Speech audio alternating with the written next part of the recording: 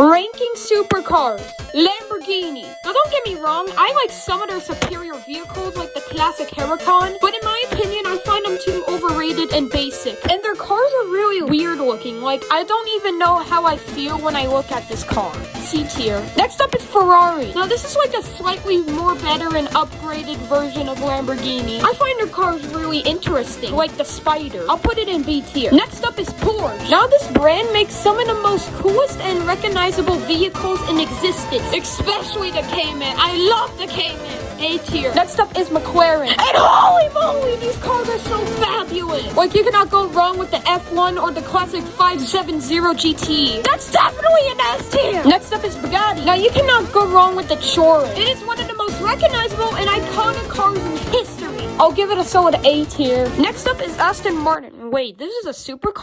Well, I guess some of the models count as supercars. I thought it was just some ordinary car. Now these cars are extremely famous for appearing in the James Bond movies. S tier. Next up is Koenigsegg. Now these cars are super spunky to look at, especially the classic Agria. I think this is probably one of my favorite supercars. Totally an S tier. Next up is Pagani. And I gotta say, what the hell? It can open up the grill, the seat area, and the rear! I need to see that car in public right now! S tier! Next up is Maserati. And honestly, this doesn't even look like a supercar. This just kind of looks like the ordinary electric, futuristic looking cars you would see, like a Tesla. I'll give this like a B tier. And the last one I got in my mind right now is Hennessy. Now, I've never heard of this car in my life before until now, and holy moly, it looks like a knockoff Koenigsegg. You cannot tell me this looks like an Agro. What the heck? And this doesn't even look like a supercar. What the... C tier. And that concludes the...